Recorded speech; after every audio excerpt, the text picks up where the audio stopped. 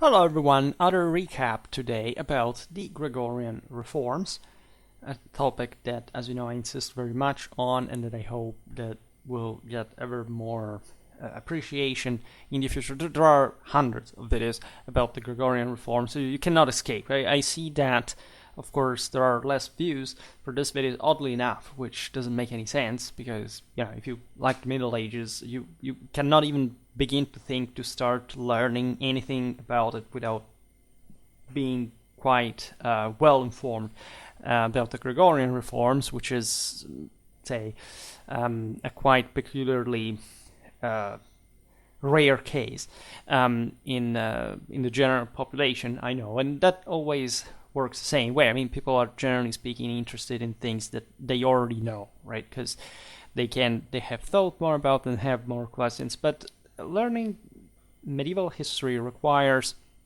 like whole history, but of course there are some peculiarities regarding the certain universal meanings of the Middle Ages in the first place, like that capacity of getting to the next step for topics that objectively are not really taught well, in my opinion, either, nor at school nor at university, meaning what is this, right? Aside from the Gregorian Reforms, but what is ecclesiastical history? What is really the meaning of this all? Like the actual motivations behind that. It's something that is completely skipped. Like I've never honestly met a single instance in my studies where somebody told me what this was, and sort of I found out myself by analyzing just a bit of medieval history in general. So, and not only like, so it does take actually some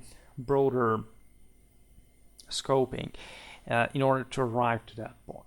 Because again, I left university, at least as a student, wondering, like, I don't know, why was there something like monasticism in the first place? And you know that in my medieval Christianity playlist, we sort of analyze bit by bit these things patiently, slowly, because it takes time to sediment the information, to absorb it, to properly give the time to grow, to build up, right? And the Gregorian Reforms are just like an evergreen for any medievalist in the first place, yet also, in fact, something that, in my opinion, deserves a bit more of research, especially in the traditional meaning of the same reform, like not just the secular aspect of the same, which is of course crucial and very often is also ignored. Like what was at stake, like in terms literally of temporal power, which seems like already more within the rhetoric of the world. But what does it mean, the struggle between temporal and spiritual power in the first place? What is that the Pope and the Emperor wanted to actually do in terms of power and control? How did this happen? Like, how did the others follow in the first place, and what was there to struggle about? So these are all things, of course, today we cannot explore in depth individually, because it would, take several hours, like in multiple videos, only just to introduce the whole thing. But let's say, making a recap about the general picture from the instances of reform, the single steps of the reforms, the various reforms, not just in the 11th, but up to the century, but up to 1122, up to Worms, is quite crucial. The investiture controversy doesn't even end there. As you know, there is a relentless struggle that goes on throughout mostly the high and the first part of the late Middle Ages, that does bring again the papacy and the empire at war, not against each other as an institution, because this was not possible in a metaphysical sense, but because of the individuals like that covered that held the office and that were considered, in fact, through their policy, to be more or less fit for that. Of course, the side's convenience, which also brought actually to substantial cooperation. I plan to make a video explaining a bit more like the traditional meaning of medieval Ghibellinism and the role like of the Teutonic people in the Renovatio Imperii, and so what they are also what the Guelph papal ideology stood for. These are, say, lessons that I'm preparing with some more experience, like a bit more of years of studying, of Schwerpunkting and other stuff that I could have not simply answered, at least with a degree of clarity that I own today. But there is also, in fact, this aspect that we, let's say, the prerogatives of the Church and the Empire are constantly debated throughout sort of the entire period. There is a crystallization and repartition of the respective authorities just towards that. Paradoxically, what had been at least the ideological peak of disagreement, right, in the first half of the 14th century. After that, especially as far as the Germans essentially bail out of Italy, until at least the Italian wars, where things also had changed big time in Europe in terms of who was like the sort of the hegemonic power. It really remained stationary, and sort of until Napoleon, that there is actually a quite positive, quite good relationship between popes and emperors.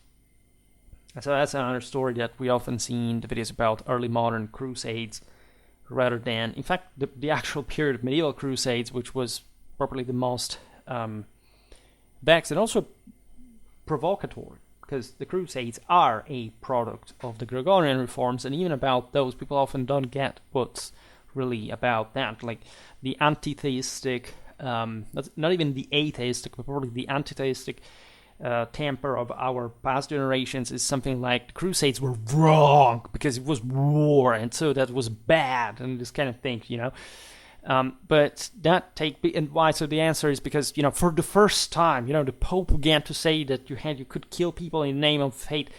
Every single people in the entire history before that, and arguably, actually, like if you actually understand what religion is or faith is, even more properly, has kept being going on since ever. This is not a whataboutistic, relativistic statement. It's literally like every single people sticking to the Middle Ages, like every single people had fought and could fight specifically. That's the most important thing, in the name of God, right? First of all, Catholicism is a metaphysical condition, right? It's beyond Christianity, and it's just something else. Like the entire life is a struggle, but without getting to that point, there was literally no people that before the Crusades didn't go at war without divine blessing, acceptation, like inspiration in turn, and all that, right? This was true for, again, ever since we are aware of not even organized religions, like the so-called monotheisms or the polytheism. That, of course, is our terminology that doesn't make any sense whatsoever in the history of religion. But even before that, like all the evidence available is that every single people had gone at war in the name of God, right? Not even their God, but God, because God was only one. Other thing that they have tried to distract you from, and invent those, stupid distinctions between monotheism and polytheism.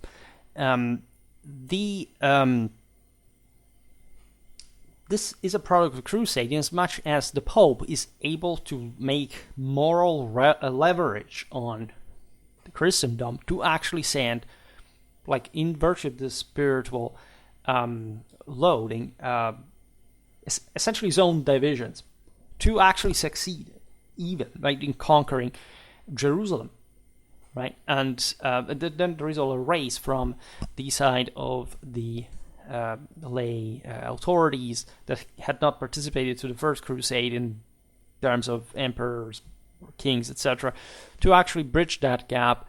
There is a race for that, but as you know, also the entire endeavor wouldn't quite be as successful as the first expedition overall. So the papacy here is really thinking of itself, first of all, in not just that Catholic dimension that you can already appreciate as far as everybody had always recognized the Roman primacy of honor and charity, um, and even in a supranational sense, meaning that the West de facto had, since the beginning of the Middle Ages, even before, had always been revolving around Rome, spiritually speaking, from Ireland to even again in the recognition of say the Roman primacy, but the same Byzantine, but more specifically in Latin Germanic Europe, there is a portent axis that, in fact, was not invented in the time of Charlemagne. That was just the culmination of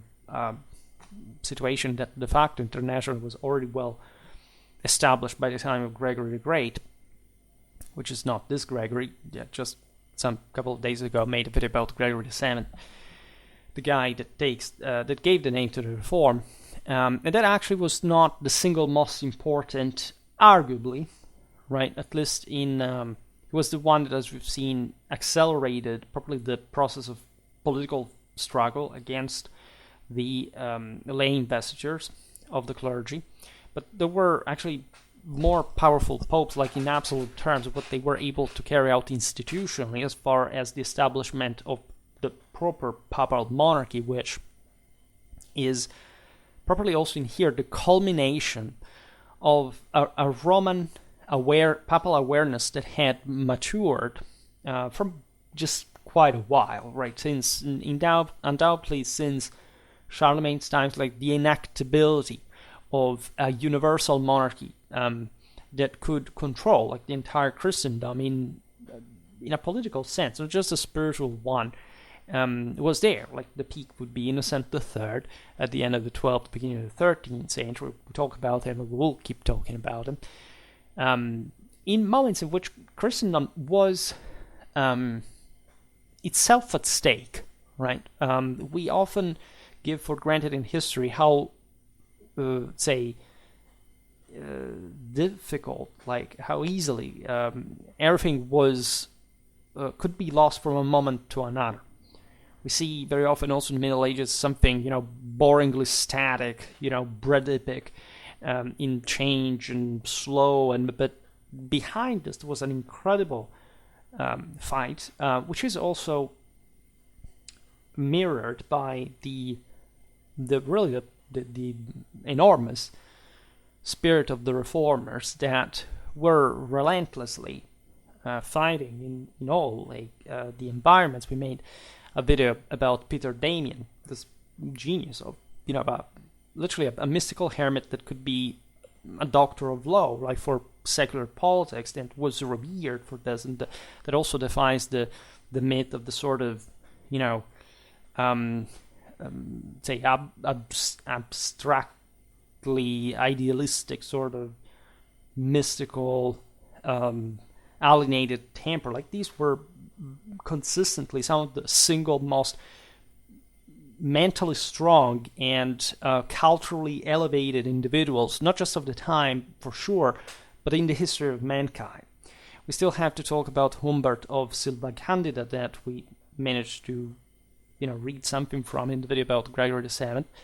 You have individuals like Gregory VII himself that have quite a temper in terms of at least very strong-minded and courageous attitude. Also, he died in exile. Right, there was a risk of physical violence, a real struggle, violent deposition, etc. Like popes had been put to death at some point by at least the Byzantine emperors, and all this Italian, German politics is pretty violent during these years, and also because of the Gregorian Reforms, which is often something that people have a bit of reserves towards, like in the history of Christianity in general. But I heard that violence is bad. I don't have time to explain that today, but just know that violence is just a tool, right? It's not intrinsically bad. It's the reason why you use violence that is maybe good or bad. Like violence in itself, Clausewitzianly speaking, is nothing but an instrument,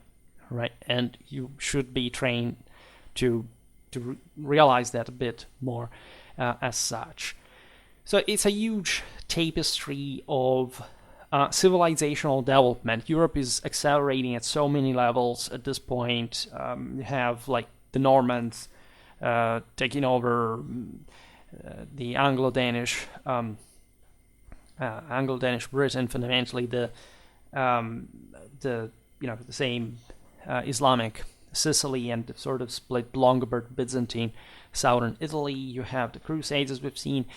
You have actually a substantial step forward in the Reconquista with the conquest of Toledo, the cornerstone of the Meseta, probably of the Iberian. What was seen by the local rulers probably as an empire, was also how the caliphs had habituated themselves to see the thing from Cordoba. You have the Christianization of important nations that would always remain within the Roman Catholic Church, such as Poland, Hungary, that were big, right? You have the affirmation of the same Holy Roman Empire in this imperial papal connubium. It's not like this wasn't happening without the constant cooperation of these authorities. It's difficult, in fact, even to explain the investiture controversy without looking at the reason why these institutions needed one another. They would never actually be as such against one another. It could have not been possible. There is the Great Schism carried by Leo IX in a time in which the reform had already kicked in. It was kicking in specifically from the papal side, always bearing in mind that the Gregorian Reforms actually emerged from not just from generalized reforming instances present within the same monasticism, for example, think about the Cluniacs, think about the aforementioned Central Italian mystics, hermits, better even. It's something that the same emperors had specifically boosted, right? The Carolingians, the Ottonians especially, were the first responsible for the spreading of the idea that the church had to be purified. This is the same dialectic, the same rhetoric that they had employed to justify their temporal appointment of a ecclesiastical post, of a spiritual office, that now the church began to contest, because that came together with the realization that the emperor could dispose of the same ecclesiastical possessions almost as something that he would virtually own, in the way he could dispose of them. The risk inherent to this is that we can see in Constantinople, where the general society had grown sclerotic because of the fundamental subordination of the church to the emperor, that considered himself de facto the head of the church, at least in a political, dispositive, sort of administrative sense, and had, as we've seen, put to that even Roman popes had prevented, in fact, the emergence of a Patriarchate of Constantinople that had been trying to emerge, and also at this point was quite powerful, telling the truth, in the moment in which it was excommunicated by the same Roman papacy, and that had therefore not created a healthy dichotomy in the sort of counterposition of the two, the spiritual and the temporal power. Right? It's as if the Byzantines had wanted to maintain, to a degree, even in a Christian world where the church was expressly separated, didn't even belong to the earth. That was the point. So to any earthly ruler, some divinity of the ruler that could not be contested. And in this sense, the Roman papacy does instead exactly that. It excommunicates even the Patriarch of Constantinople, implicitly a bit the same imperial authority that at that point was not actually very much against the papacy, exactly because the Patriarchate of Constantinople had become a bit too autonomous for their tastes, but it was just they were internationally on the same team, and that would be a very important blow, even though at the time nobody really thought that this would be the great schism, or that the two churches would never ever be, or they had been separated in the first place. There was not such a concept properly in the Catholic principle. That's the reason actually why the same Orthodox Church is called Catholic officially today as well. So the the idea behind this is that if there is not a counter, if you let like an autocratic ruler to think to just impose his rule arbitrarily and nobody, right, can criticize him in the first place, you end up into an autocracy that sclerotizes the system, that is not able to produce, in fact, the shockingly, traumatically, violently powerful boom that you witness in Western Europe, exactly starting from the investiture controversy. This is a pivotal event that people like prefer to sort of distract themselves from, saying, no, it's the agricultural, look, it's because they use this type of crop rotation, this kind of tools or whatever. No, that there is a massive political need for theology, law, just administration. There is a massive expansion that is probably from the places where the reform is going on. Like the same struggles in Germany, the response there that triggers in the other realms of Christendom that doesn't find equals, like as a general movement. We celebrate humanism, we celebrate the Renaissance, the same, including the 12th century Renaissance, but in that sense we do not focus too much on how relevant the investiture controversy was in boosting that. Like we sort of deal with it in pop culture as this is sort of a weird bad thing that was happening, but let's look at, I don't know, other things like, the fact that, cathedrals being built or chivalry. It's all part of the same, and to a degree that we will observe naturally also whenever we, as we already done sometimes, like whenever we're looking at how committed in this whole imperial thing still most of Europe really was, right?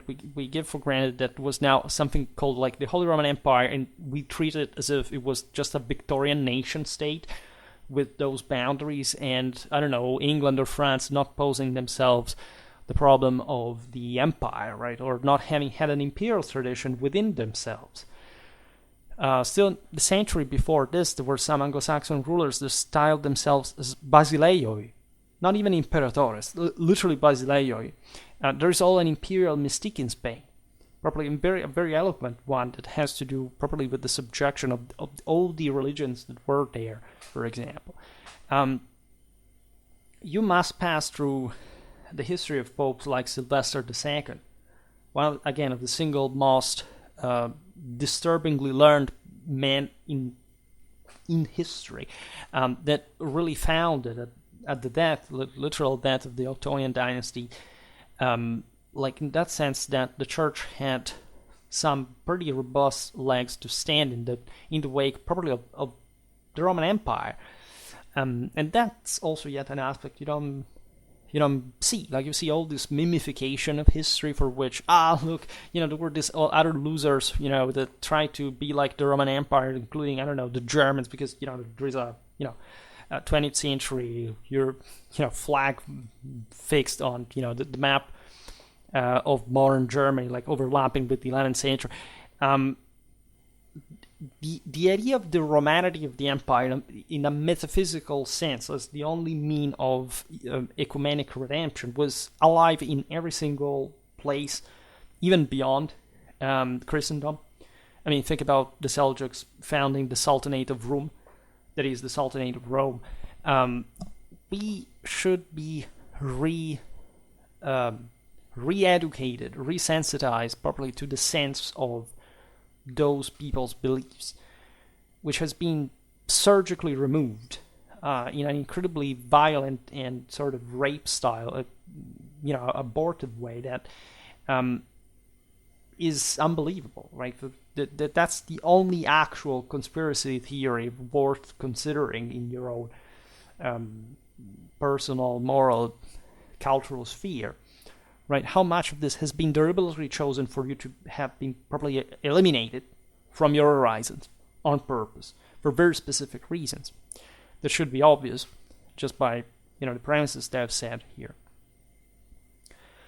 We talked a lot, and we won't do it today again, about movements like the Pateria. If you don't understand that, good luck with world history in general. There are monastic reforms that are just autonomously happening. By the way, as a reaction to the collapse of the Carolingian Empire, that's another thing that when you look at the Cluniac spirit, I made a video a couple of months ago illustrating this specifically, like what is the Cluniac Reform? Why did it happen? Right? Given that every monk is a Benedictine in the West, like what's, like technically also the Cluniacs were, but why? Like, why is this needed again? Yes, there's a need of reform, whatever, but again, why? What triggered that? People took in an extremely serious way this whole deal of the empire and the role of the clergy in strengthening the spiritual force capable of guiding the world. Right? In the 10th century, you can argue that European civilization survived in a strong unitary sense because of the actually successful Carolingian. That's the only thing of the attempted establishment of a state, like in Carolingian times, like the ecclesiastical reform, right, the monastic reform, and like deep down to cultural level, like if as Westerners we still write, for example, in the same way, or if we have this similar like this conventionally shared forms of knowledge, say sharing and methods and forms, it's in those times that the thing started. At least it didn't start there in absolute terms, but let's say in the actually positive project of affirming this from the top, like, but with a dramatic success down the line, it's exactly at this point. So the necessity of a pure church had always been there historically. It's a topic that patristics had discussed forever. Like the early Middle Ages, the demographic contraction, the economical crisis had sort of prevented the debate to go on with the same vigor, at least. Actually, there was some refining of this all. Like if you look at early medieval literature, it's actually pretty florid after. Like if you look at what they were actually discussing and the means that they had, like it doesn't seem like you're talking with archaically minded people, right? You understand that there is something, of course, like different from our own, but it's still within the wake of the great classical tradition. It's actually enriched already with a much greater sense of double-threaded spiritual tension and standards that are in many ways like what the same investiture controversy sort of reproposes prepotently.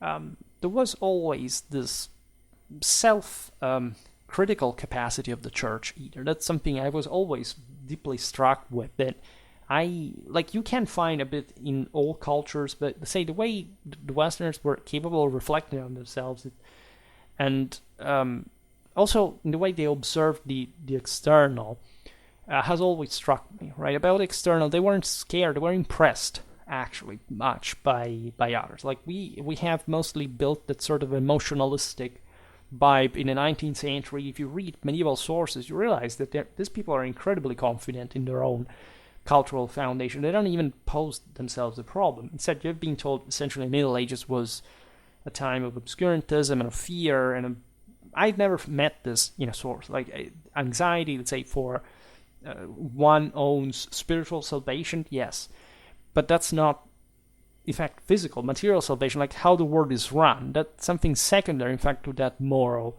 dimension. When people criticize, for example, the massacres carried out during the Crusades, think about Jerusalem 1099, or, I don't know, the Albigensians, etc. Like, aside from the fact that people have completely lost the sense why those massacres happened, which was completely in line with the actual rule of war at the time. Meaning, first of all, if you are putting up armed resistance against us, in the first place, it will wipe you out from the face of the earth. You can't have a city supporting a siege without the decisive moral majority of the population, and everybody did that. Like, there was nothing particularly or overly zealous about what the Christians were doing compared to not even the Crusaders, like within other Christian warfare, Islamic warfare, whatever was going on so in the pagan world. So that's inexplicable. But you find in the same Christian sources like this sort of a war like about it. Like, we did this, we massacred the Muslims, but were also the Jews and the same Christians, most importantly. The question is, other Christians, yes, for other, say, confessions, we can so say. But the question is, like, who does pose a problem there? Who does say that this was a sin? We should have not done it. It's at least something that it's said that poses the question. Actually, doesn't say that it should have not been done it, but actually says we did it, and this is a big deal, and we should reflect on it, and we should try to understand also what these people were about, and that sense of spiritual urgency, right? It's something you don't feel today anymore. Like, that, if you read anything on the internet, it's mostly like a sort of emotionally soothing, okay, it's not your fault, nothing happens because you did something wrong, take it easy, you don't have to stress yourself too much. These people were always thinking about whether they were doing the right thing or not. Even when they objectively didn't care, even about so much about human life, because objectively human life costs much less. In a sense, say at least in absolute terms, in relative terms, that's a different question. And in fact, that's why they cared so much. And in a world in which as just the absoluteness of the world could make it, if we were projecting those times, even with today's moral standards, an incredibly, okay, let's do it. Like, the way we adapted to things like the pandemic or, for example, the war in Ukraine in general, right? Considering all the whinery about, people's lives or the war as a big deal, etc. Well, like, in a completely supine way, right? Okay, yes, it exists. Okay, that's it. You would expect about all those talks about, oh my God, it's human life. We should do something about, a huge front that tries to, to think about deep implication. Nobody gave it a damn. Like, everybody in social network doing whatever they want, getting lazy and bored and whatever, not giving a damn. Right? It's just the moral, personal, and cultural inferiority of the average person in the 21st century that speaks. Nothing. You will never be a better person than someone living in the 11th century, easily. Right? You're not more intelligent. You're not more capable. You're not properly readier to life like a person was in those times. And the investiture controversy does stem from this. As well, quite importantly, the evil of the church, the evil within the church, right? That was a huge deal for the church. They discussed it every time. If you read all these letters, their works, what these instances of reforms were about by the same church, they were talking openly about that, right? It's not like today with, I don't know, the Catholic Church is a bunch of pedophiles, and except, pedophilia rates are higher even in the Protestant churches, but nobody apparently says a thing. So you are habituated immediately to a level of passivity, right? Of this sense of lack of worth, humanly speaking, that obviously cannot arrive even to understand that you should pose yourself a problem in studying this type of history to understand the limits of your own condition. Those people were thinking about that while having much greater power in their spiritual force continuously, right? In the 10th century, we have bishops like Atto Vercelli and Rotarius of Verona that committed themselves with the works, works broadly meant, not just the written ones that they loved in great number, but in fact, in active politics, that's something we crossed out because we mostly just read stuff, but most of these people's life was also oral. And in the propaganda, in the thought, in the ideas today, we think propaganda is bad because we do not understand that the Latin term is neutral. It means just it's something that must be propagated, and it can be bad or good ideas alike. these people were very out there, very public figures. Like, it's not like the image of the clergy that is, I don't know, some, sickly, old person, encrusted into a dark monastery, like that is writing barely something and remembering his life. These people were extremely active. They were thinking that in order to, having abandoned the seculum, in a lay sense, they had, however, to be committed. They were sacrificing, committing themselves to a much higher level of spiritual fortification. That's why the church existed in the first place, right? There were other dynamics socially. Yes, it was at time advantageous to, for example, being a clergyman. That's part of what the Reforms criticized themselves. Like, we shouldn't have just a title, attached to a revenue and some immunities and sort of more relaxed lifestyle. Calling you a clergyman for that matter. There was a lot of corruption in that sense, as the most powerful families appointed by lay authorities were seeking to occupy these offices, in part just to, again, make the spiritual standards being bent to also the practical competitive needs of that world that, yes, were important. We're going in parallel also with the spiritual ones, but we're not taking so seriously that spiritual preparation was needed to run the world, right? It was a miserable world, right? 1/3 of the people didn't make it to adulthood, right? And you would see your siblings on a deathbed, or especially as newborn babies, on a regular basis, you would see people dying like crazy. Yes, if you survived adolescence, you had good chances to arrive into 60 years old or 70. But with great risks, with great issues in terms of, there's not just like the biological endurance, it's just there are wars, there are accidents of all sorts that will diminish. There's a completely different view of the world, sometimes even in a literal, physical, environmental way. I mean, when's the last time, given that we live more or less all in cities today, you have actually watched the starry night and confronted yourself with the infinity of the universe and heard properly silence, and having just your soul out there and having to be reliant on your own and or very precarious means? Those are all things that sharpen your moral strength, your moral dignity. These people deeply reflected about this. The same Chernobyl was exactly the place where this had to happen, and reflect in the same heavenly Jerusalem on earth for all the world to be molded in that way, because of the great attempt to return to the one, accordingly, through one will, one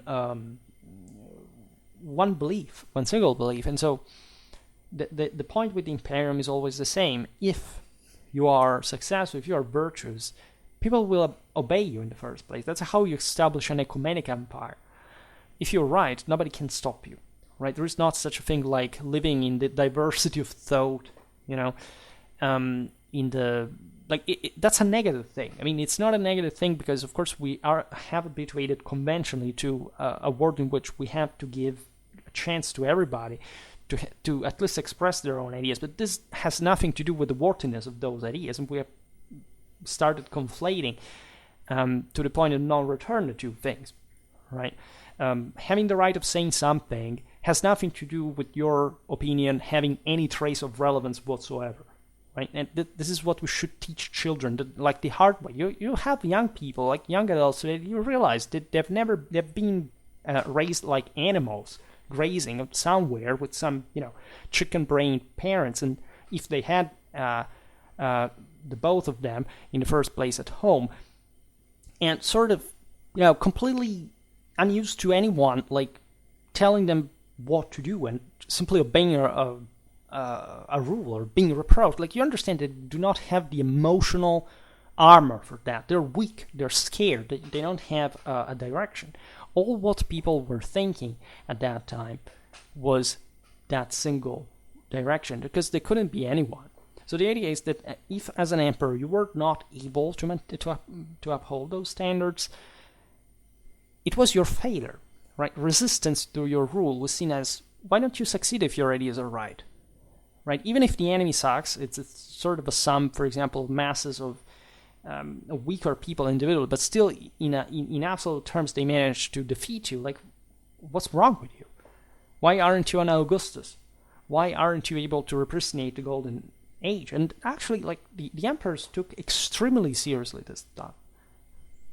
They had just started habituating themselves, because of their control of the clergy, in some sort of blind observance, like subservience by them, to the point that they had never been beaten in this regard. So actually, the Gregorian Reforms are a severely important indicator of the moral strength of a civilization that is able to struggle within itself, with God itself, right? Because it's easy, especially at the higher levels of power, to get sort of that hubris that doesn't make you understand. This is true for the papacy as well. A civilization that is able to stand up to the higher of powers that is divinely given. Like, there can't be any power that on earth that doesn't receive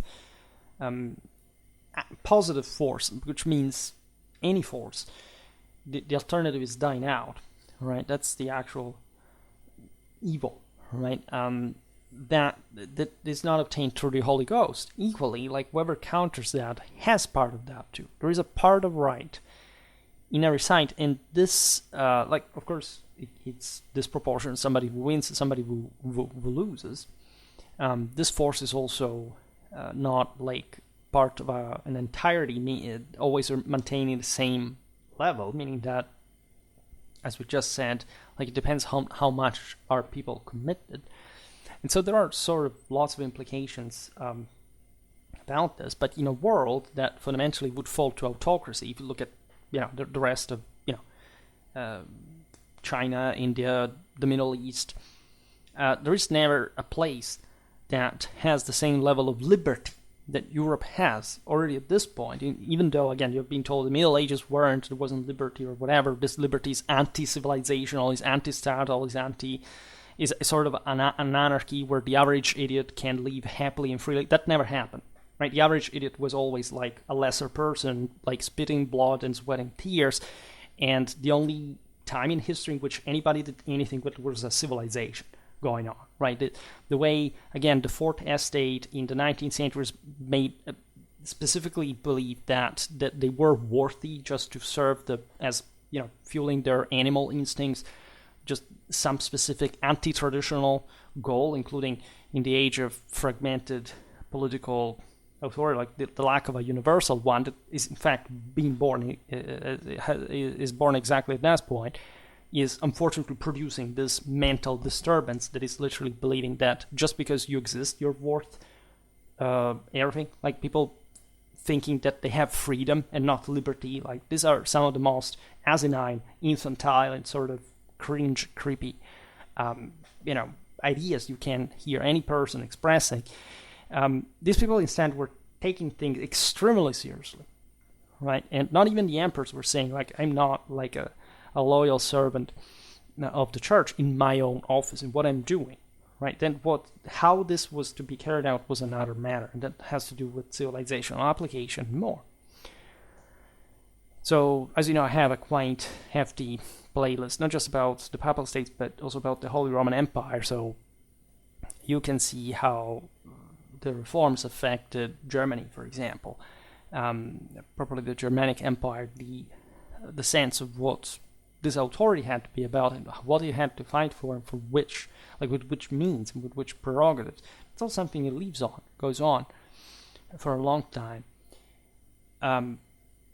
So all the figures like Atto Vercelli and Rosarius of Verona are from the 10th century, right? But they were already very active. We've seen it just the other day in that video about the countryside, that exactly Italy is the place where re-expansion begins earlier, right? After Carolingian collapse, like all the rest of Europe, we have the specific time scanning of all the countries. these people were strong supporters at the time of the defense of ecclesiastical liberties. We are in the 10th century, right? So this is the Ottonian era as a whole. Like it's when the entire thing has yet to start. Like before the mid-11th, nobody really knew that it would have been something like properly the papal monarchy or the reforms as we have come to know them, right? These guys were already, subscribing to, again, the ecclesiastical liberties, the moral and cultural elevation of the clergy. That's not to say, like people would do today for their part, no, I want to be just a fat, spoiled idiot that must never be criticized for anything, whatever my point is, just because I exist. Like, these people were saying, we must be the best people by standards, like, because you cannot be otherwise, right, if you want to get anywhere in anything. And they were defending, in this sense, the ecclesiastical liberties. If we are not educated, if we're not, say, morally sound, we cannot hold ourselves, the clergy, the church, like the clerical, the ecclesiastical offices. And so it is a pretty powerful statement. Consider that these people, again, lived within the lay world itself, like, was all intertwined. So there's not a distinction. There's not an alter ego of humanity in the church that does strange things. These people were needed, as it was perfectly understood traditionally at the time, as a guidance in the world, right? They were part of the same community of the faithful. The church is one of the faithful. It has to do with that spiritual otherness towards corruption.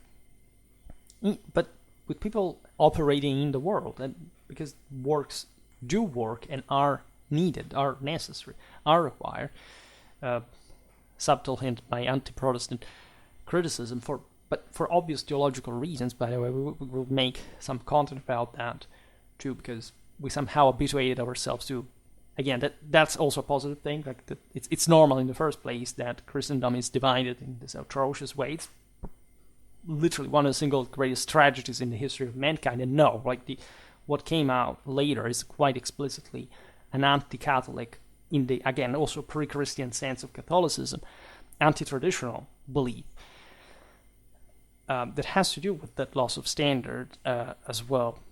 A very interesting dynamic of the Gregorian Reforms, their beginning, their background, is, however, the fact that the instances of reform were born chiefly from the monastic experience, right?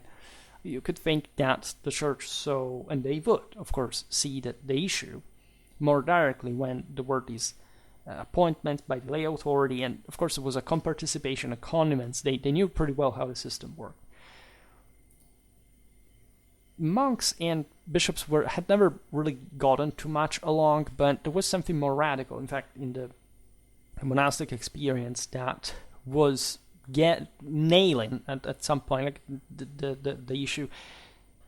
Never underestimate what this sort of fringe dimension can do, right? Never think you all got it just because you are from the sounder side of this, or there is always something you must remind yourself regarding this balance. And in fact, you can't quite simply destroy everything. You must convince primarily that that's the first victory that allows Alexander to enter cities without even fighting, right?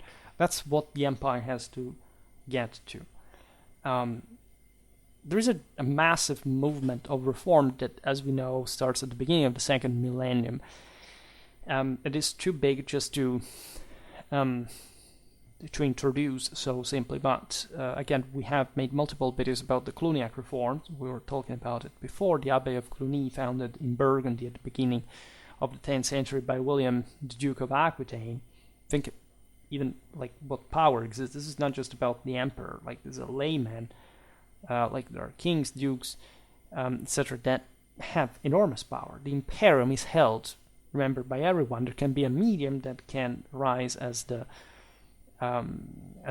sole one with the deity, which is what the Holy Roman Emperor has to do. But of course, the imperium is partly owned by these other people, and that the Abbey of Cluny promoted, because of its astonishing success, because of all, again, the spiritual reasons of, purification after the failure, in fact, of the great imperial adventure of the Carolingians, of a work of restoration of spiritual standards in first place, but through this monastic discipline that had to, again, maximize that and for the rest of the world as well. That consisted in new organizational forms founded on the instauration of sort of hierarchy among the monasteries and their branches, the age of congregations. Now, these are the more external, issues, but you understand also how the church got this pretty clear as far as the papal monarchy would become, like the control of all the various churches across Europe without an army, right? Without imposition, but spiritual supremacy. When, of course, again, both lay and ecclesiastical authority would cooperate for that order to be maintained. There were people who were resisting, think about all the radical movements in the 12th century, then in fact the massacre of the Cathars and all this stuff that were necessary to maintain the order, because those beliefs were objectively wrong, right? And they were actually disastrous, violently, let's say, like they didn't have really a point of arrival, right? They were just a regurgitation of the worst elements of society in many ways, and whenever they were able to do something, it was by copying the same papal monarchical hierarchy, including they had their own Inquisition. Inquisition was actually a brilliant tribunal. It was incredibly fairer than lay ones. Historically, was incredibly important to actually found Western identity in its hardcore.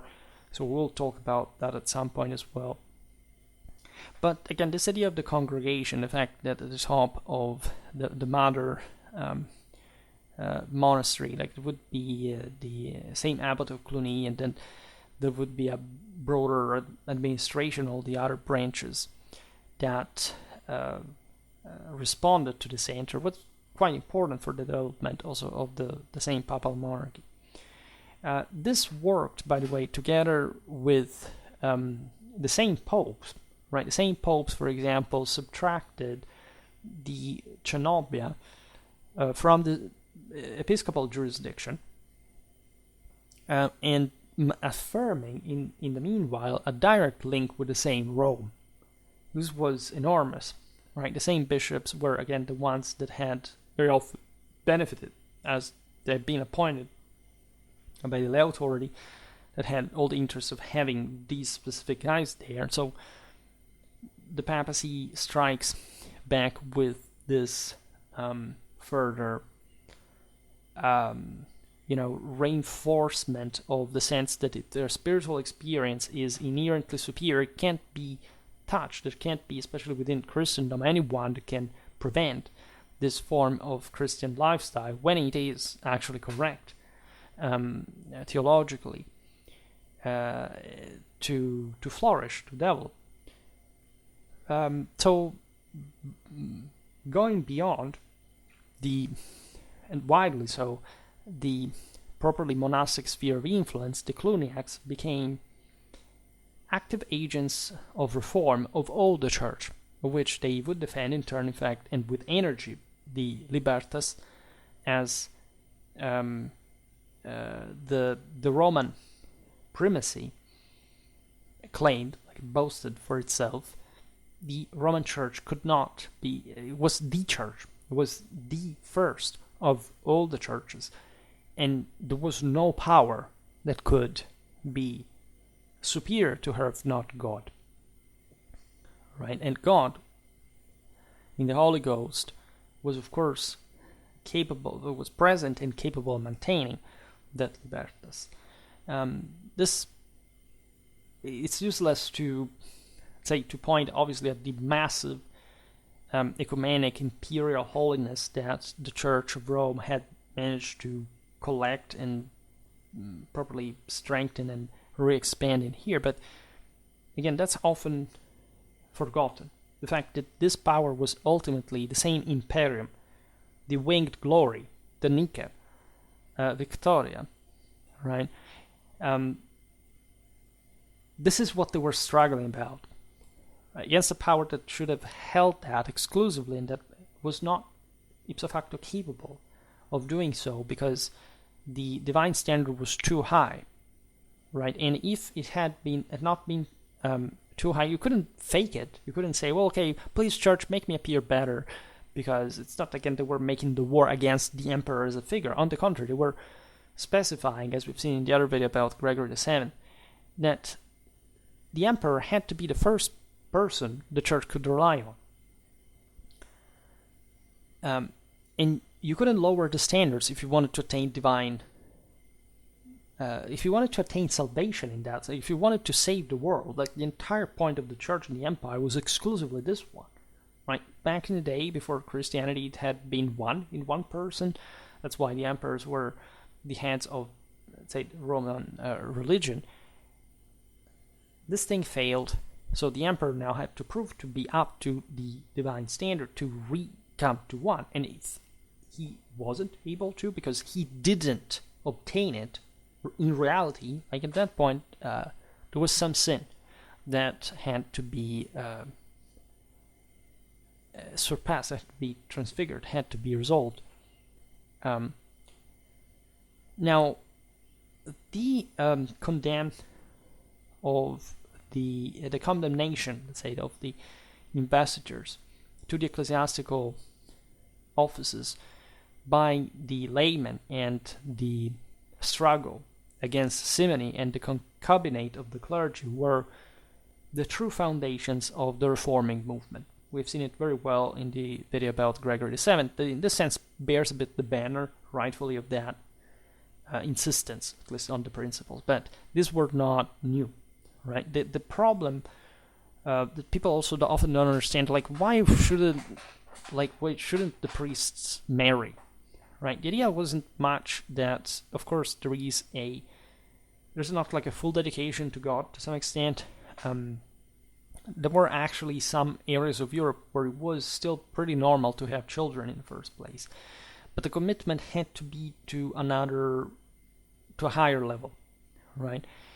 But more practically, the problem of the concubinate of the clergy was, and priests would keep having children, like this is not a thing, like it would keep going on, but it was at least not providing those with the rights that many people, including the women, like the children of these priests, would claim, right? Also in an hereditary fashion. In other words, since there was a lot of as we've seen, covenants with lay authority, the idea was that many bishops had just become so, but maintaining a nobiliar lifestyles of war and other earthly endeavors, and that there was a sense to maintain the church as a private possession rather than the churches, than Christ's, right? So that was the main issue with it, and simony was understood in the very lay investiture of a clergyman. There had been a debate about this, and after a long time, especially this is the figure Leo IX, the Pope, that also schooled really Saint Gregory VII, declared that like the mere investiture by a layman of an ecclesiastical office constituted simony. You know that Simon Magus in the Bible is the guy that seeks to get from the apostles the secrets, like of Christ's power, and so wants to simply purchase them, right? So the idea that some mercimony was occurring in the same way. It's as if the layman had just also not appointed somebody who was not worth it for reasons that were not good, but they would have allegedly sort of wanted to take over that same divine power, like for, in fact, these menial reasons, right? And so the worst of the worst. This is why Leo X in 1049 prohibits this simoniac ordinances. There was at this point a huge debate that sort of restarted an older one. Think about the Donatists, like all the issue that back in the day when the Romans had persecuted the Christians, like some bishops had given up, they had sacrificed to the emperor, etc. And some rigorists had claimed that at that point the sacraments administered by these clergymen would have ipso facto lost any validity, right? Which was actually a heresy and something that, let's say, you must understand also in the political circumstance, because, like at this point, especially at the Gregorian Reforms, like there wasn't a lack of priests, right? So the Christians weren't living in clandestinity like in, I don't know, at the time of Decius or Diocletian. And so there was, for example, the Cardinal Umbert of Silva Candida, which is, as we'll see now, one of the suburbicarian sees of Rome, that basically will make the electors of the papacy. That said, that yes, like first of all, simony was a heresy, of course, but that the sacraments officiated by one of these likely appointed, say bishops, say whatever, clergymen appointed by laymen would have been null, right? Then on the other side you had Peter Damian, that was more moderate but also incredibly firm in this, that said no, right? Sure, simony is a heresy, but this has nothing to do with the sacrament, right? Because it's not that would have equated to say that the entire institution would have been of the church would have been corrupted as such. Instead, no. A bishop is just in this sense a vessel of the Holy Ghost. He doesn't have to humanly be perfect to administrate a sacrament. It doesn't matter how serious the sin is, how serious the crime.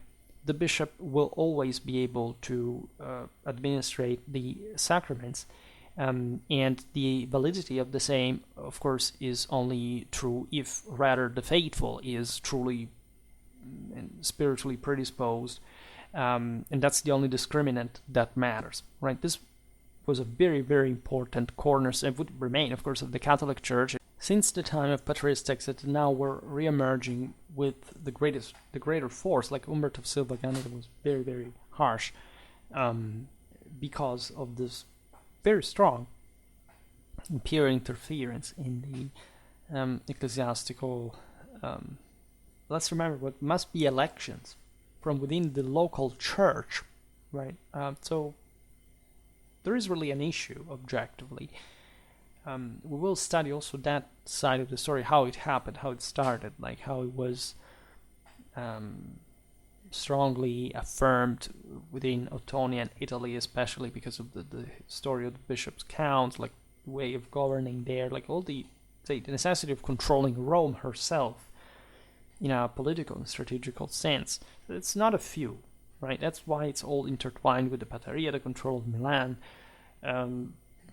the revolts, like probably as we've seen under Gregory VII against Henry IV, the probably of southern Germany, like the entire Alpine arc, right, was what was needed for the Raumfahrt of the emperor to the Urbs.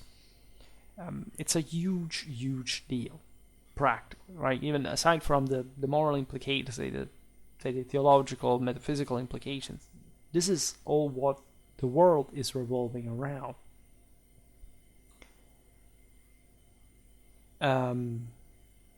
So regarding the chastity of the clergy, and more specifically of the concubinate, because chastity is, okay, you can sin in many ways. It's not that you have forcibly to be chaste just because of that. It's a sin if you do, if it's not like properly happening in marriage. But again, that's not the main problem. The main problem is that the ecclesiastical office can be passed to father to son, and that the family wants the relatives want some kind of power connected with ecclesiastical goods that are seen at that point, imagine that without a regulation, like a sort of personal possession of some sort, especially if, again, you are appointed as bishop, so with enormous power by a family that wants you, of noblemen that wants you to give them part of that wealth, that cannot be otherwise touched, because the church, of course, has immunities, right, and prerogatives, privileges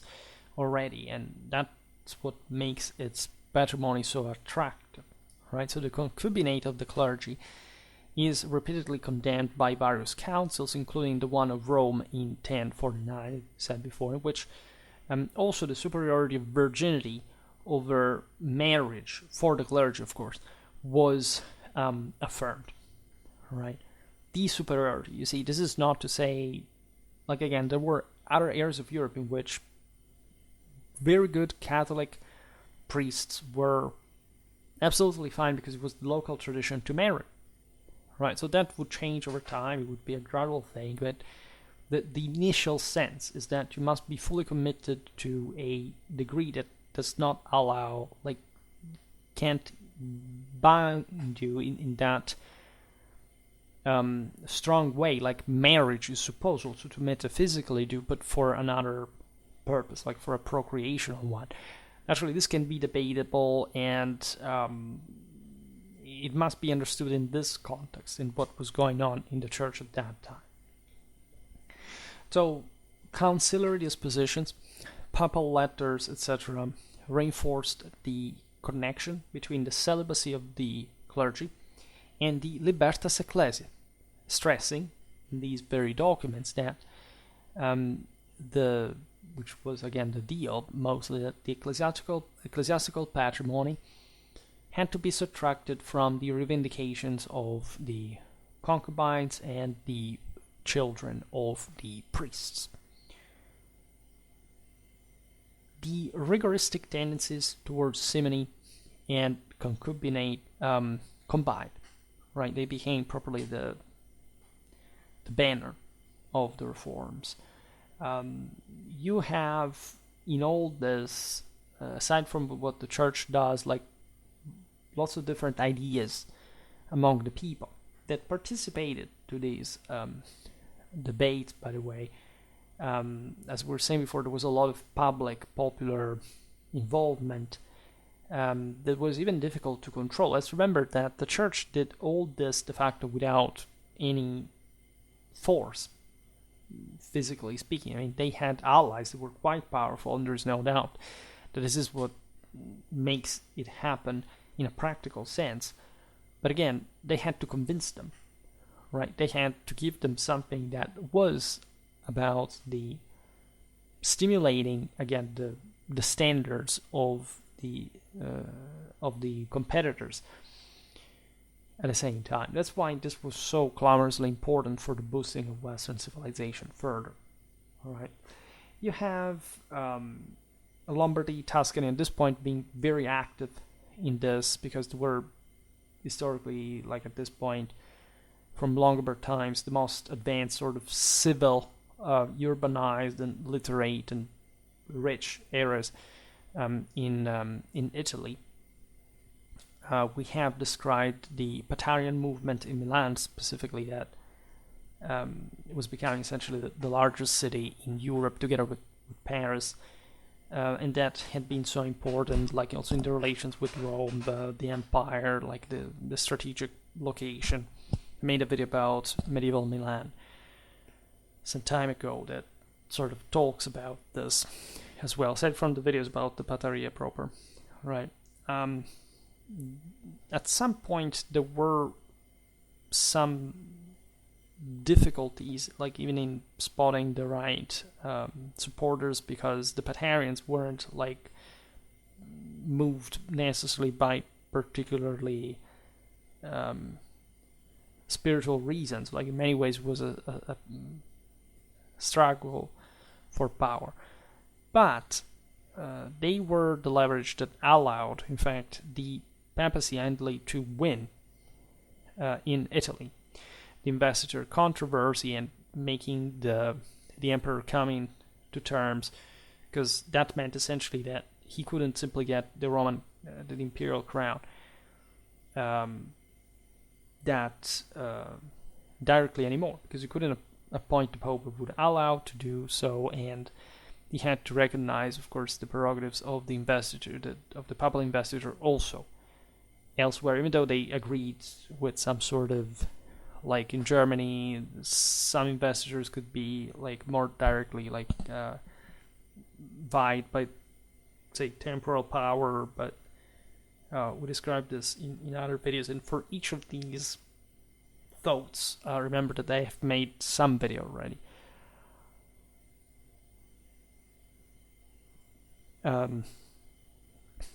There was request by the masses, by the people, of a more dignified clergy. Everybody saw in Rome properly the centrality of the issue. Nobody ever thought there could be another center of the church but Rome. Actually, the same idea of the papal monarchy was very much appreciated. Nobody was really countering that. Yes, there were some supporters of the council over, say, the single, say, over Rome in this case, but people liked the fact that Rome was the center of spirituality. There was this huge legacy of the holiness of the city in the first place, and in the West, just there was a feeling towards it that we get from pilgrims, like that wasn't felt even in Jerusalem, right?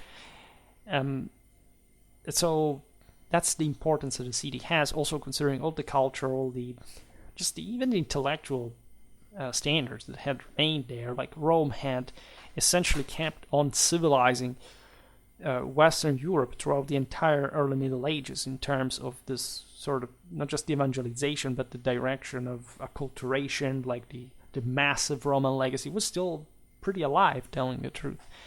Theologically speaking, there is no doubt these were some of the most educated places in the West. Like France was rising now as a very good example of cooperation with the papacy. But there is no doubt that the spring, right, of the supreme morals and culture and historical direction of spirituality came from Rome. There was also, of course, a contrast towards all those laymen that would, at that point, not limit themselves to appoint the clergy, but simply even supplying, to their role, meaning that some, in fact, imperial delegates and other powerful lay people had just been directly disposing of the church's possessions, properties, and wealth, assets.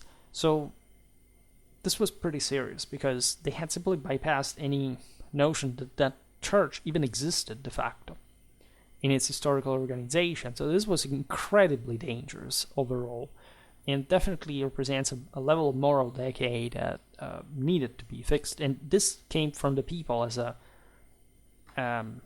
complaint. Like, they realized that this was a big problem. There was literally a pollution of the liturgical and paraliturgical uses.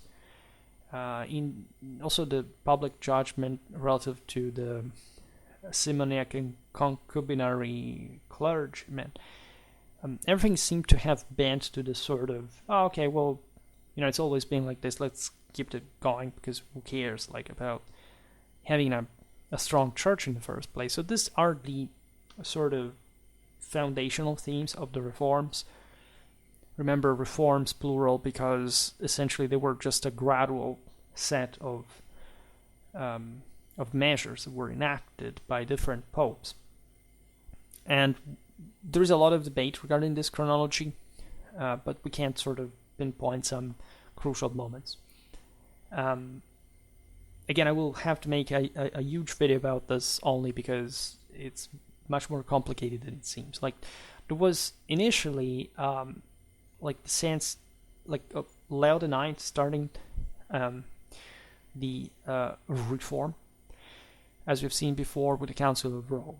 And essentially until Gregory VII, there would have been a moderate period in the modus operandi of the church, would not oppose essentially the emperors, would not fuel like resistance to the same, etc. So this lasts from 1049 to 1073. And as we've seen is when Gregory VII, that had been a pupil of Leo IX, gets elected as a Roman Pope. So there's energical period instead that is exactly overlapping with his pontificate, 1073-1085. You know that the guy is eventually exiled because the Germans enter Rome, and he goes living his last days in the Norman domain, southern Italy, that has been founded also as a very competing force with the same emperor in the peninsula, right, as probably vassal of the Roman Church. Powerful enough, this was not part of the Holy Roman Empire, remember that. It would be an issue also later between the Hauteville and the Hohenstaufen.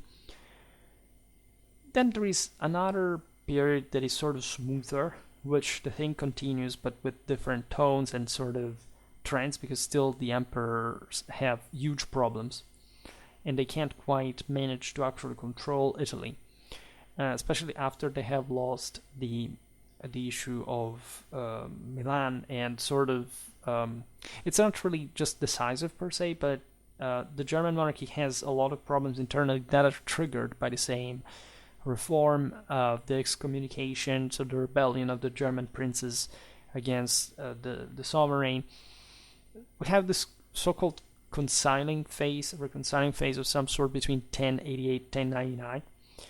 But that's also a bit more subtle than it sounds, and we'll have to see it in detail, because I think I never made a video about that period specifically.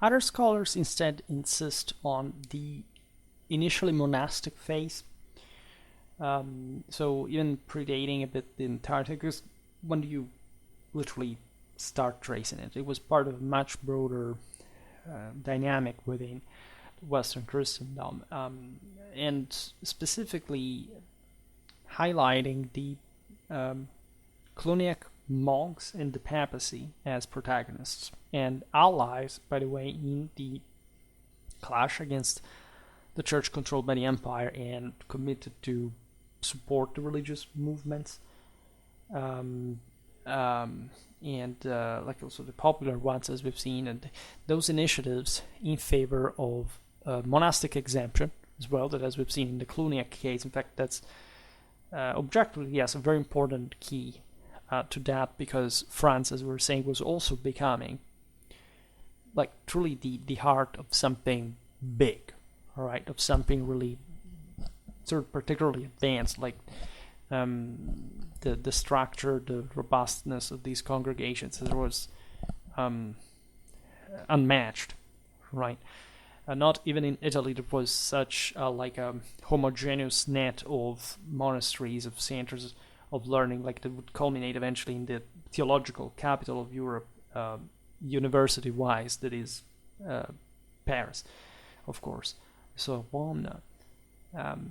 And this tells you, in fact, what kind of other directions Europe was taking, right? How like the same empire found itself a bit in crisis, because in spite of the importance and the growth, right, the same control of Rome was slipping away, and there were other powers that were emerging all around that had also historically been competitive and or had with it and or being previously part of the empire. I mean, France, the Western Frankish kingdom being one of them. Like the Germans managed to control, at least in this imperial hierarchy, Burgundy, Bohemia, besides the Italic kingdom.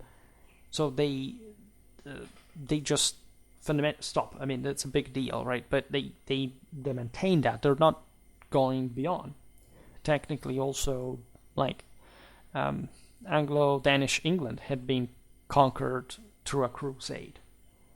The same Outremer states were technically, why wouldn't the emperor have to control those, ideally? So this posed a very interesting issue to the same imperial prerogatives that remain confined more or less to what we conventionally think of them territorially, to this sort of axis between Germany and Italy.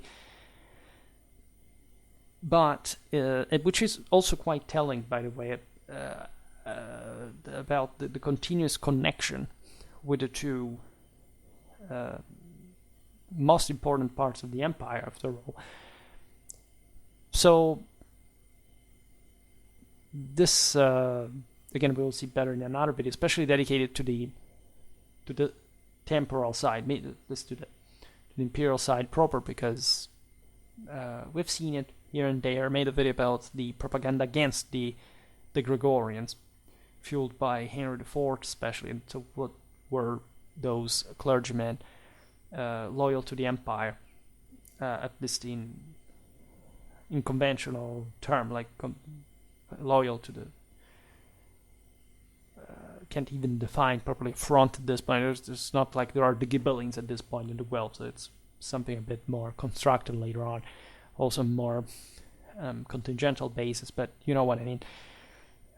But in the ideology of the empire, this was a huge deal, also because the Ottonians back in the day had stressed the Romanity of the empire, like that had ceased to be like the empire of the Franks and of the of the Saxons. It had become the Roman Empire. Like the Roman title was already there in Carolingian times, but now properly the Romanity of the ethnicity was metaphysically transcendent and chosen as the only possible one. There was a lot of Byzantine influence into that as well, and there was a constant attempt, in spite of all these backs and forths of, say, imperial crisis and succession, etc., for controlling the Italian peninsula at the end of the day. It was between the Normans, the Byzantines, the Germans, with all these Italian powers in between that were starting to be also pretty effective in defending their own prerogatives. And the same Gregorian reforms can be seen in part as that. As we've seen, these reformers are mostly like Central Italian, whereas the lay appointment of the same clergy brought mostly to German, Burgundian popes at some point. The initial excuse was that the Roman barons, I mean the barons of the city of Rome, they were notoriously unruly and sort of quite aware of their international prerogatives in that game, would have, of course, just imposed their own Roman families, right? Whereas at this point there is this monastic phase as well, mostly coming from places like, again, Tuscany.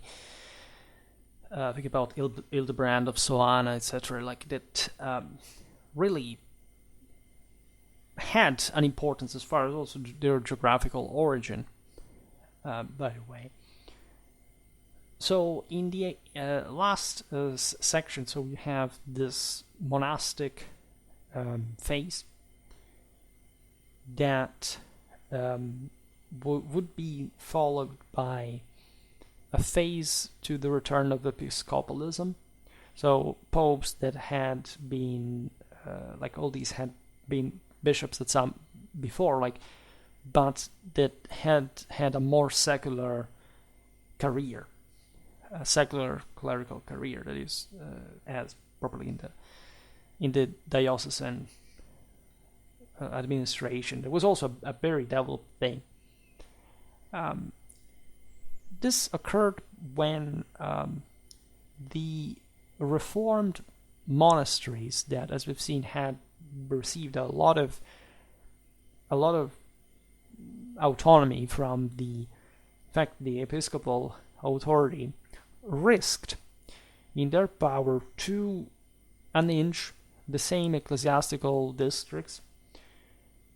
Imagine these monasteries becoming very powerful, especially in areas that weren't particularly powerful cities. So yes, there were the diocese, there were the bishops there, the head of the diocese, but at some point they would start having trouble in controlling the diocese because there were some monasteries at risk to become more powerful than that. This is a very important issue.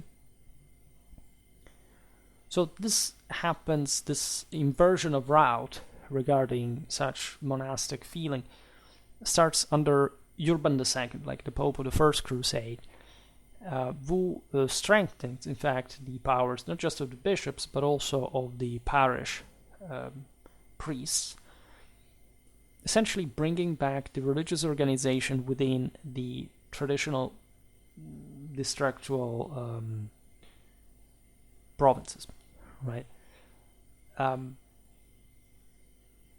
This scanning is obviously looking at the church a bit from the within.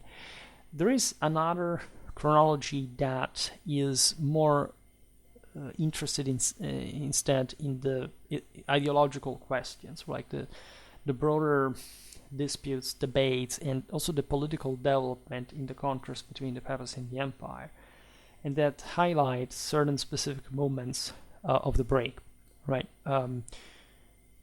First of all, the death of Henry III, Holy Roman Emperor, who in this sense had sort of kept things together, and because of the temporary issues that followed politically, favored the break of the cooperation between the two universal powers.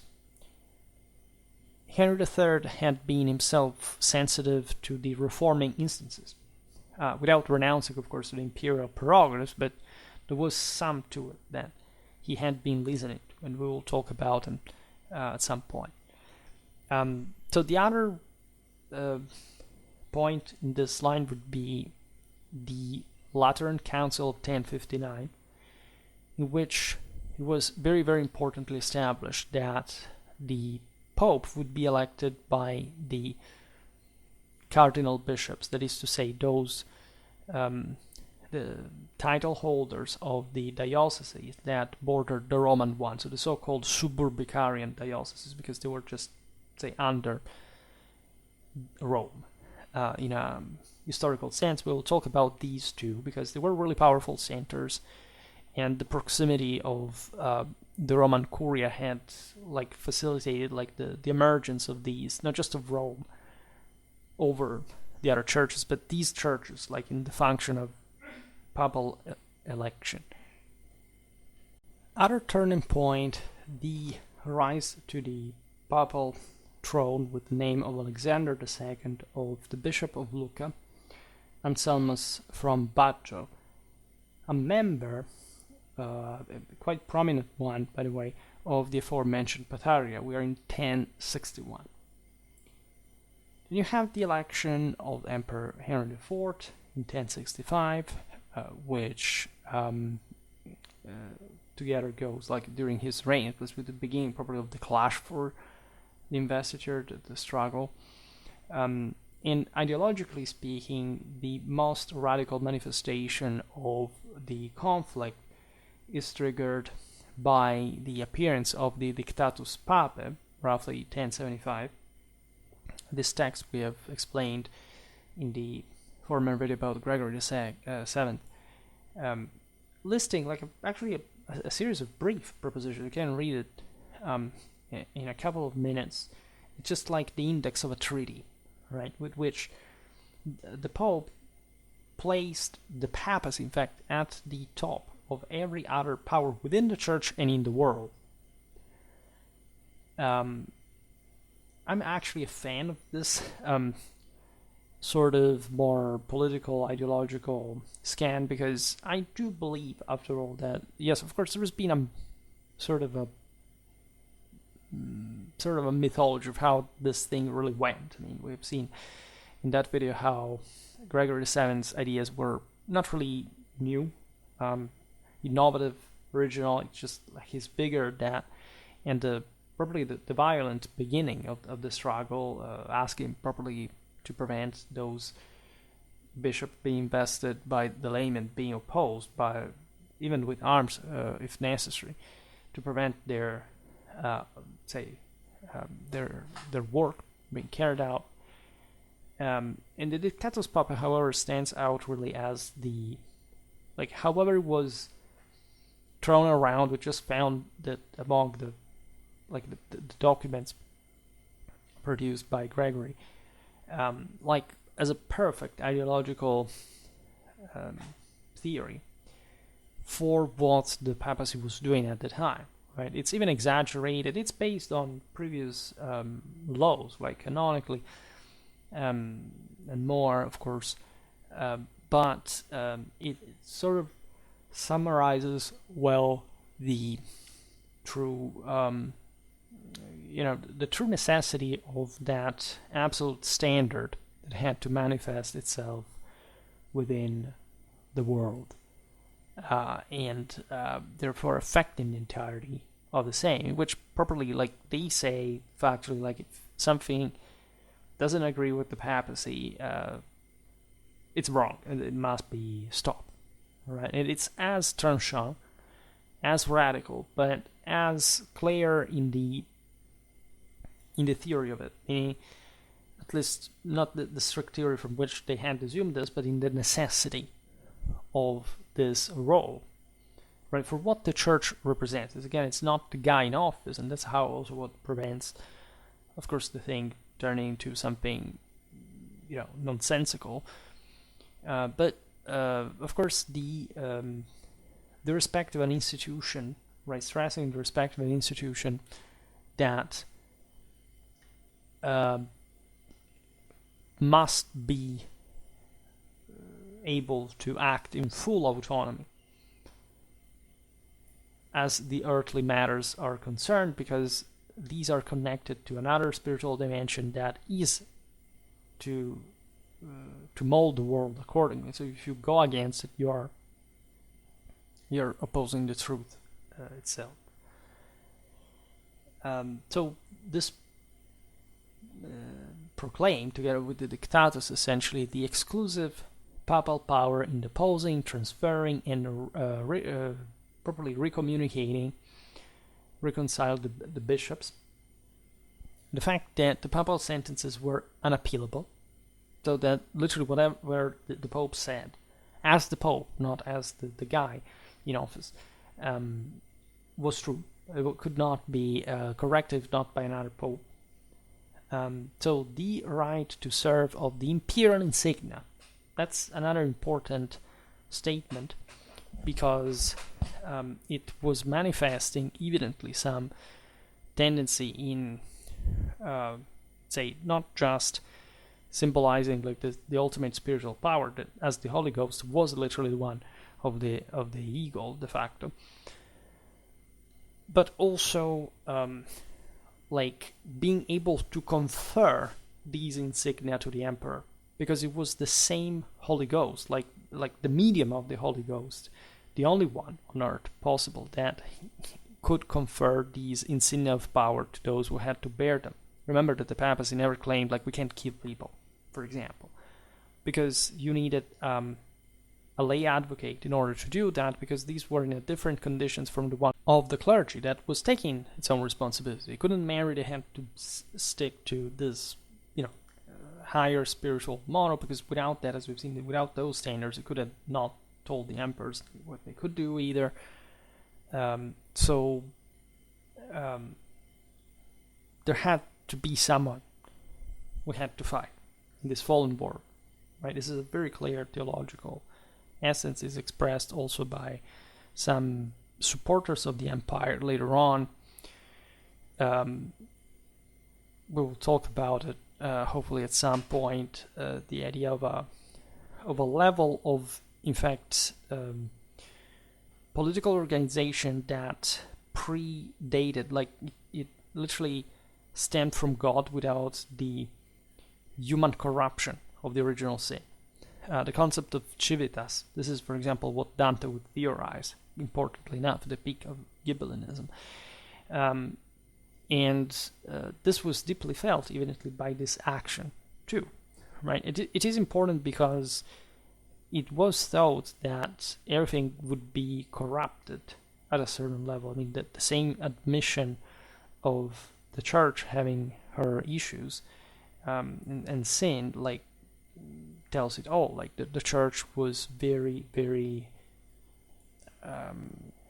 clear about this, about itself, the necessity of the same reform, because at least an office could be profanated.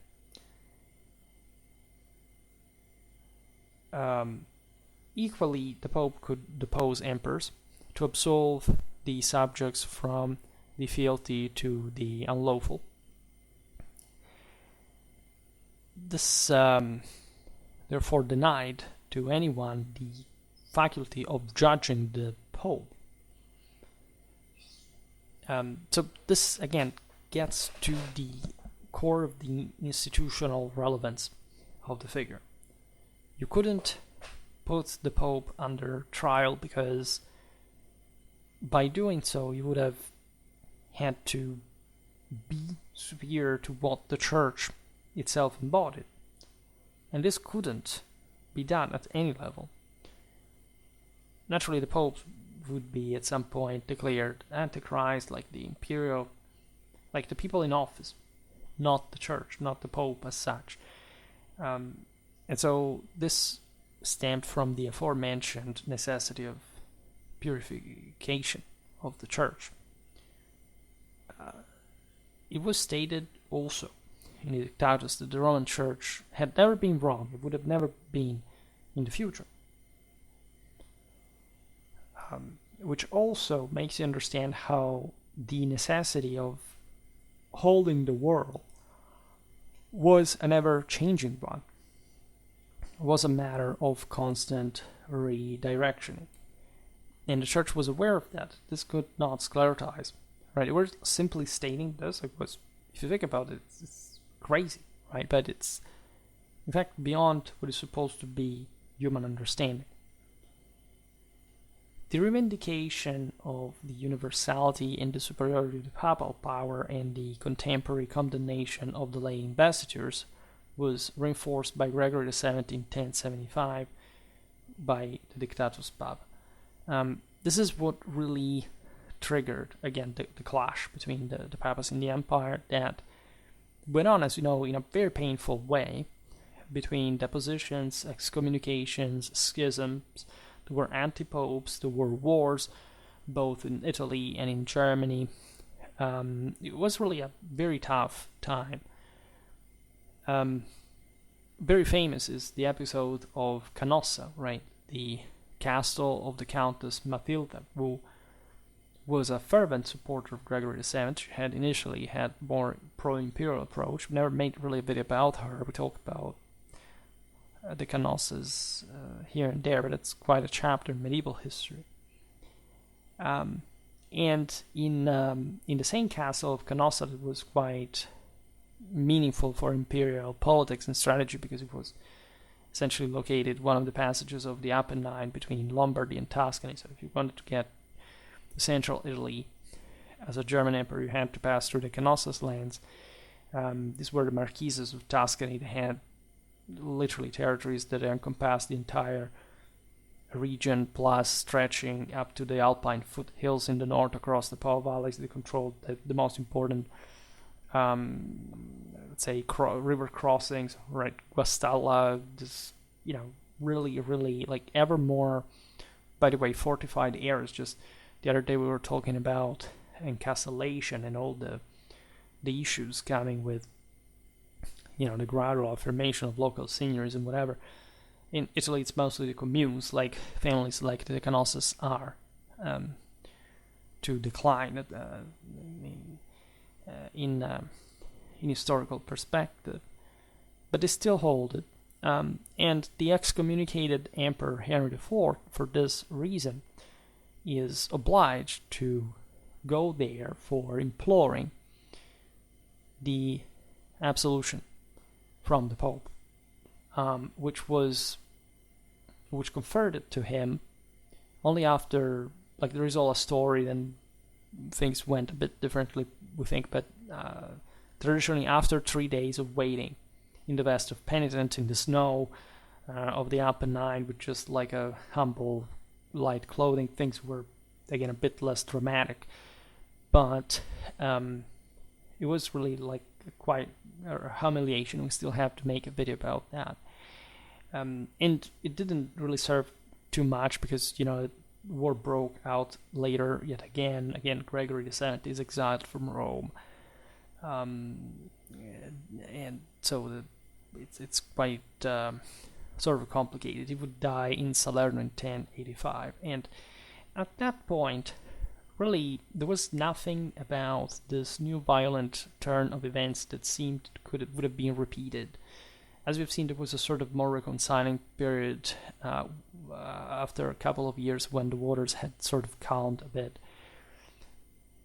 But in reality, the seed had been sown. Like that idea that from now, like there were some precedents for which you could confer the church an unprecedented power and organize it in a papal, say in a monarchic direction, were there. And there were great popes later on that took care of this. You have names of the caliber of Nicholas II, Pascal II. In spite of the personal failure overall, Gregory VII would thus become a sort of martyr. He embodied an ideal and a model of church centered on the fullness of the Roman papal power that was destined to be a point of reference for every hierarchic project of any sort.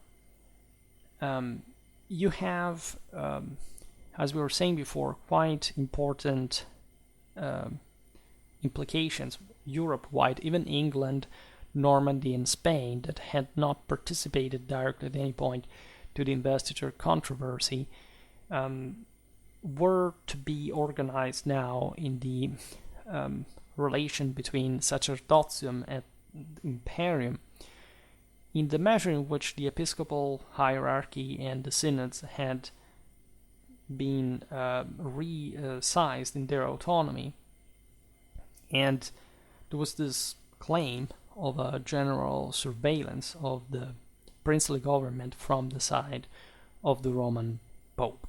That was essentially to see at some point most of Europe really as a papal fief. This does happen in the time of Innocent III, for example. There are many benefits actually that come with that, and it's important for the same princes to have a church that is, let's say, regulated. Like the popes are not really seeking to overthrow lay power. This is incredibly important because certain narratives may make you think that, I don't know, the popes want to rule everything and everyone without any limit. Nobody ever thought that. They could have never done it. Right? The world was incoherent with such an idea. The same church was organized exactly to provide a model for, as we've seen, the lay world to operate. And there is no doubt that the following generations were the most clamorously, again, fastly growing in history, like in relative terms. There is a sense that the Roman papacy can dispense justice, can regulate conflicts, and objectively they do. Like the greatest conflicts within Christendom were always surveilled by the Pope, that tried to negotiate to put an end, especially to, again, Christian versus Christian wars. The Pope did actively operate in that direction. There was an enormous prestige and actual power coming back from this. In the Dictatus, Gregory VII claimed that all the princes will kiss only the papal foot. And concerning this Gregorian manifesto, there is in 1111, and I made a video about this, the compromise of Sutri. Right? This happens really at a point in which both the Pope and the Emperor, that have kept on fighting, by the way, are exhausted for different reasons, and there is a theoretical agreement that they come to sign that is actually the most, let's say, it's the closest thing, and actually explicit in these terms, to the full achievement of a complete separation between the temporal and the spiritual affairs. This was signed just to put an end to attrition. There was nothing really made out of that. Also because as we'll see now, the church was to win the struggle in Italy, right? The crisis that this investiture struggle had engulfed the Eastern Frankish kingdom, and like it was not something that would make emperors like be able to come back to Italy like before, right, in the following decades. It's incredibly complicated to tie this to all the real political military events that were taking place at the time. Remember, here the communes have appeared. I have made some videos about the reigns of Lothar III, Coran III before Frederick Barbarossa that actually tell you how the kingdom was still run in a functional way, and even with some important success of imperial authority. And all this, of course, in agreement with the Pope. So things actually kept working well, but the Germans mostly would come back to Germany in this period. So you actually see a settlement that is finally achieved with the Concordat of Worms. Pope and emperors would cooperate. There was no emperor if the Pope had not elected him, and at this point the popes are independent from the emperors. So the balance has been finally achieved. Like the Gregorian Reforms have been successful. At Sutri, the peace had achieved again this willingness to compromise. Right, there is even an innovative solution of pauperistic mark that the Pope Pascal II promised, right, in the restitution of all the royal rights granted by the emperor to the church in exchange for the imperial renunciation to the control of the investitures. This was like never to be achieved because the two things were so intertwined that didn't make any sense. Like the investitures were never to be like there would always remain a lay investiture. It just came after the ecclesiastical one. So it was just a recognition of essentially of the ecclesiastical primacy. Into this, you could disagree with that. There could be issues for like in Europe, so many things are going on. This is not the point, the focal point, right? But it's within this ambiguity, in fact, that much could be negotiated and contracted further. The German bishops and many followers of the same Pope would have never, for example, accepted such an agreement, like such a radical one of Pascal II, who was in fact obliged to renounce to the project and ended up to confer to the Emperor Henry V the privilege of the investitures. Like we have seen in that video how all of this, we talk about it also in a video about Henry V. It was just to seek peace at the moment. Like everybody knew that the whole settlement would have not been agreed. It was mostly between the two in their political troubles, as opposed to like what the real deal of the Church and the Empire should have been, right?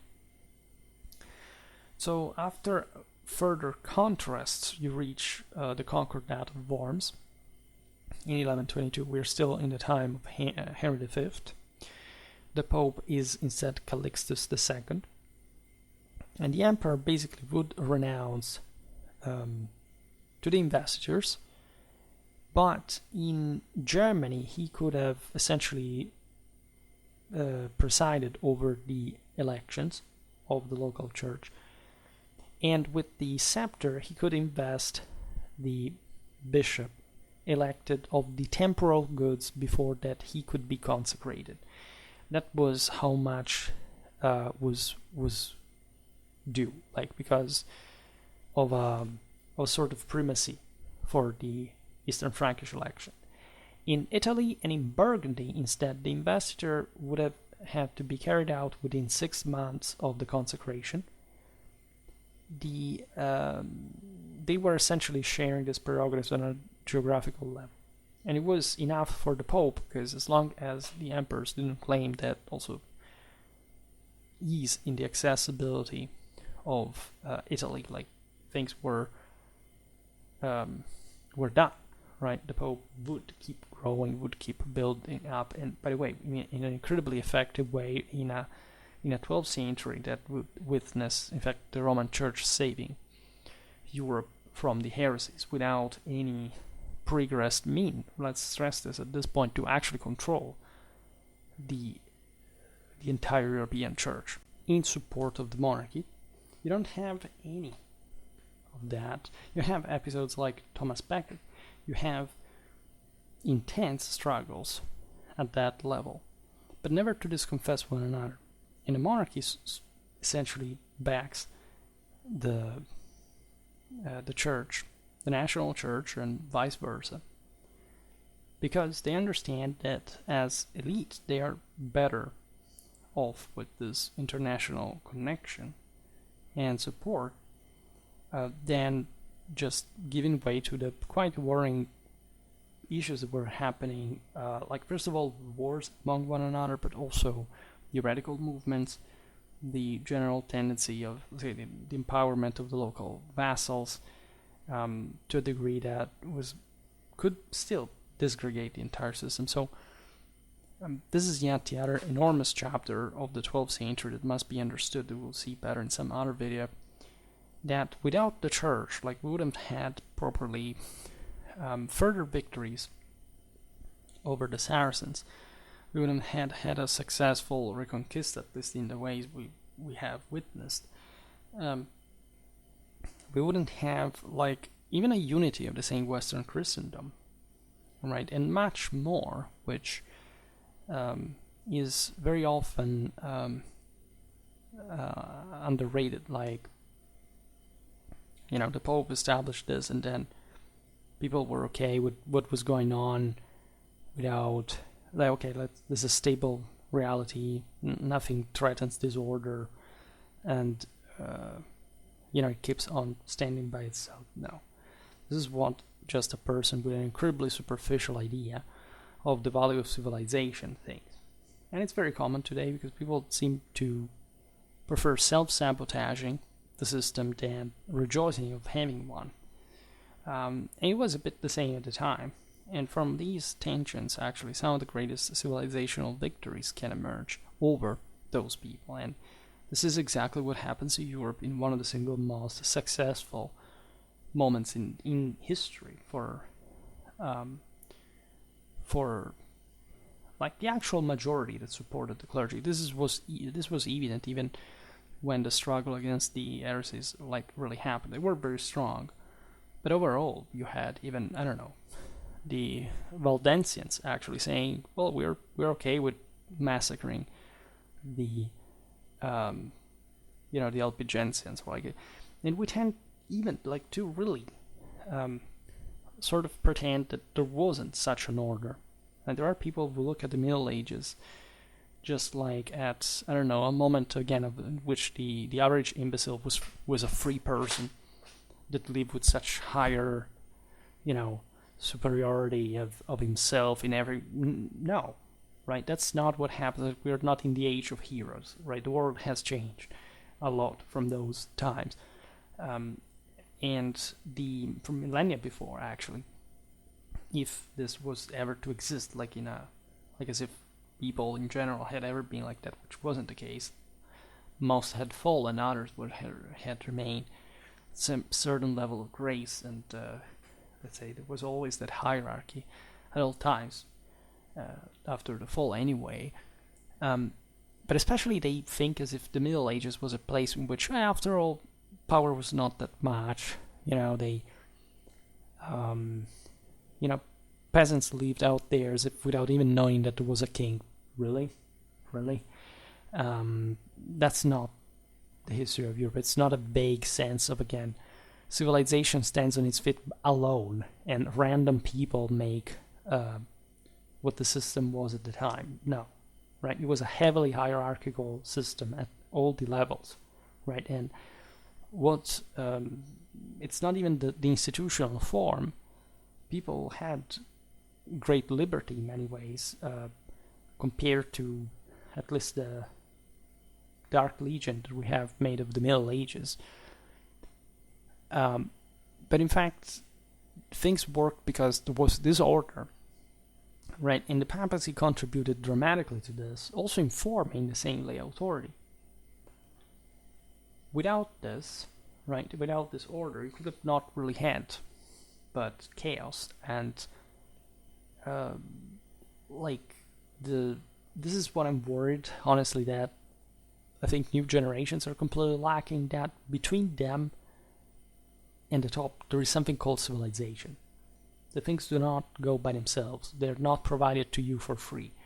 You are not owed anything per se. Like if you fail, you must take your own responsibilities. And these systems that we're looking at, like, we're much more potently aware of that because they were closer to that limit.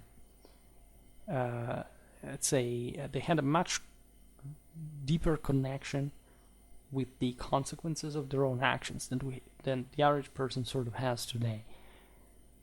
Today, the average person pays in that emptiness and worthlessness and incapacity. They just win material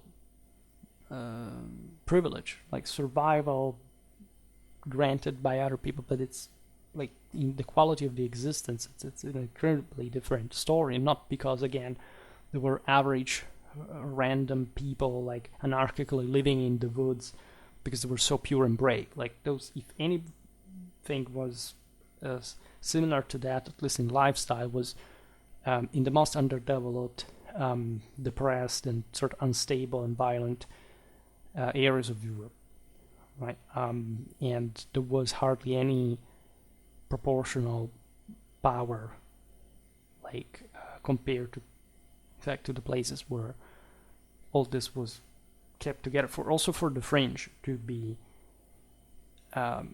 safeguarded in a way, and even in its sort of an accomplishment. But again, I don't know how. I have never. Okay, I used to receive criticism sometimes in the early days, maybe because I didn't explain myself too well. But I have harshened my judgment that this came from history. Like it didn't come from my regressed view. I reinforce it simply through what I have been able to find in history, and I think it's that simple and evident, and I have this silent majority following me, hardly expressing anything against this concept. So there must be something perhaps working, who knows, behind this. And that's, I'd say that's pretty much it.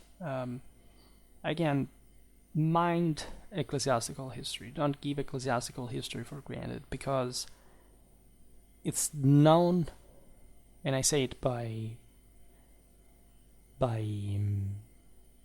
experience, like by average, what I see. It's none of what you think it is. Also because you don't think anything about it, because you don't know it's even a thing, or what it's even supposed to be. Like, so say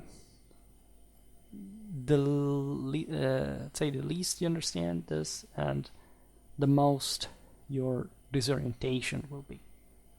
This is not about accepting a certain lifestyle or not. This is about understanding what happens. It's a completely different experience, and I would like to really leave some mark with this content, which, again, I hope making lots of videos will increase in relevance, will be ever more found, ever more understood, right? Shared, like just knowing that there are hundreds of people watching this. At some point, every time I make them. It's like every single new video about this topic is comforting, because it's as if, like, imagine never having met this idea before, this story in the first place, and being able to replicate it once you've told it out there. That's incredibly powerful, and that's all something you can check on the actual history books. Like, who does buy books about the Gregorian Reforms? Question, like everybody with ospreys and other stuff, with images, because, you know, of our intellective regression to an infantile state. But that's exactly the point, right? If you discover what is underneath, like, this is no occult, illegal, cancel, or whatever material. This is just basic history about medieval church. Like, you find it on every manual, hopefully. I don't know what manuals have become in some of the wildest areas in some places, but I suppose that still the average Western standard holds, right? I know that there is a lot of extremism, especially in the Anglosphere, but I haven't met with so much of that, in spite of the fact that also in Europe historically, like, Marxism and structuralism did find a vehicle a vessel in university teaching, but things have never taken over, nor they have seemingly ever been prevalent. At least we maintain some standard here, and so I hope at least our manuals are quite clearly about this stuff as well. Plus, there are all the more in-depth videos that we've seen being quite frequent and useful. Again, it's how I try to keep them, and so it's up to you, right? I don't, like, I could be making videos. I know what kind of videos at this point make me have, I don't know, 1,000 views in the first day. But I don't make them. I don't have to make them. Like, I'm not here for that. I'm here for something much deeper, something much more long-term. And this can stem only from this type of understanding. And I count on you. I truly do. Like, that's something it's like the universal institution. It's not the person that actually holds the office. It's actually the office in itself. Like, if you are in it, you are already in a good position for understanding a lot. So that's how I try to keep Schwerpunkt systemically speaking, and not wanting to listen, thinking that this is just, I don't know, clicking on here what are the more engaging, like the racial topics, the ethnic topics, what was the average, let's say, what was the daily life of the average person. That's the kind of thing that triggers people's attention. If people want to be, you need those topics as well, but without these ones, you will go nowhere with that. Those are just alone capable of stimulating the more beast-like, cheap, weak elements of the individual that will not transfigure unless it takes the other step, the full one, the Catholic one. Again, it's up to you. This channel has never been conceived as, let's say, like, it has to be subjected to your own judgment. This is like the dictatus papae, right? Whatever I say, well, it's a matter of truth as far as the system holds.